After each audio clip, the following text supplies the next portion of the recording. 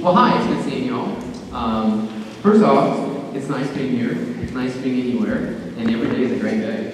I want to thank you for the cards you sent. And someone made me a little bracelet, yellow, white thing. I was not wearing it today, and I forgot to put it on, but I wear it today. So whoever did that, that was nice. Thank you.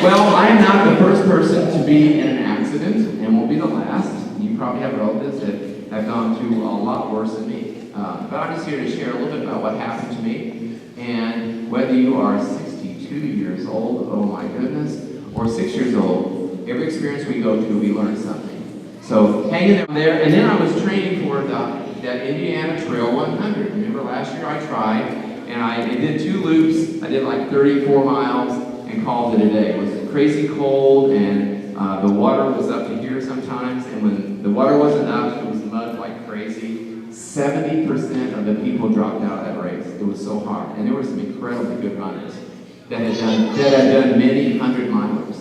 And so, but you know what, boys and girls, if I had done one more loop, I would have gotten a 50-mile medal, but I gave up.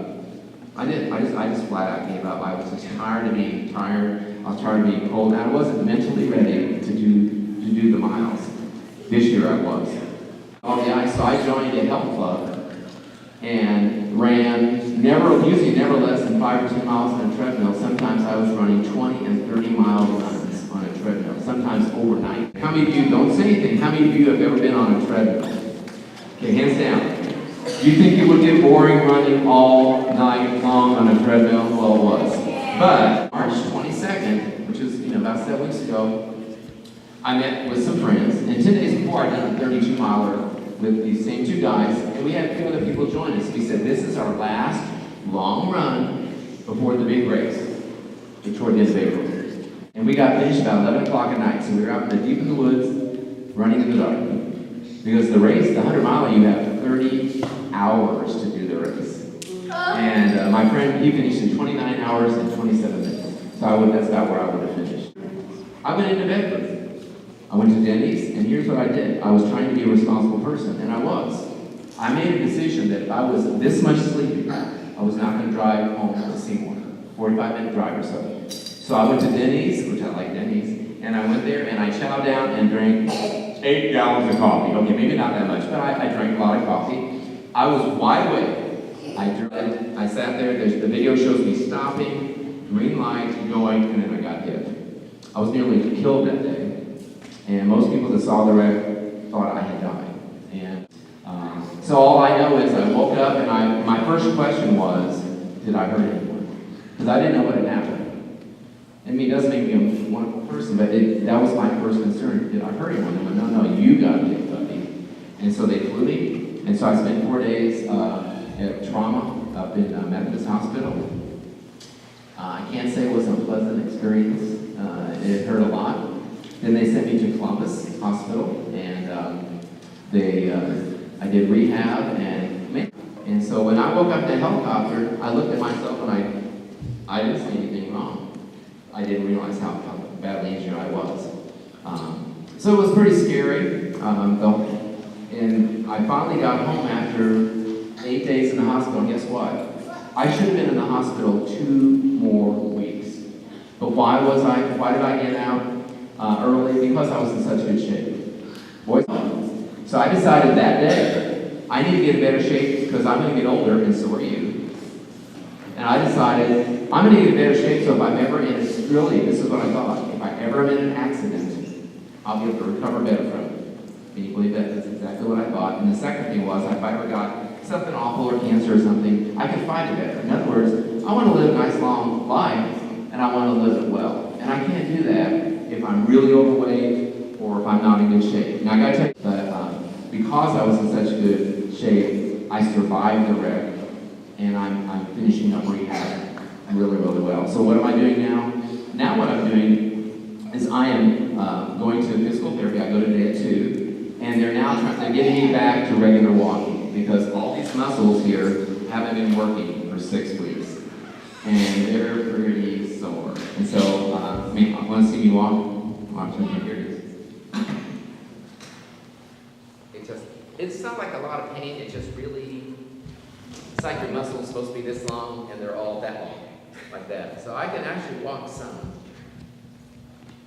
Little applause. Let's go.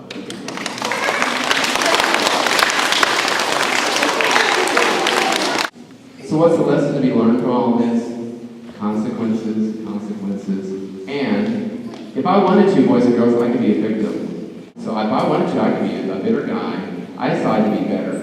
I didn't make up that phrase. You can choose in a situation like this to be bitter or better.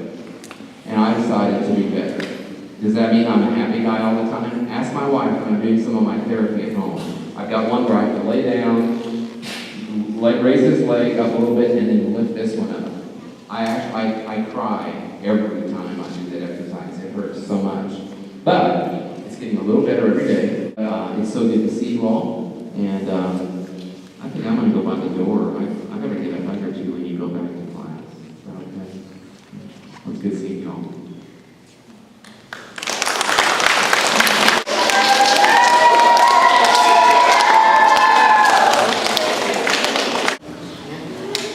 Students, I want to thank Mr. Mullen again for coming from Seymour to share his story with you. And 5th and 6th graders, he will be coming to your classroom after.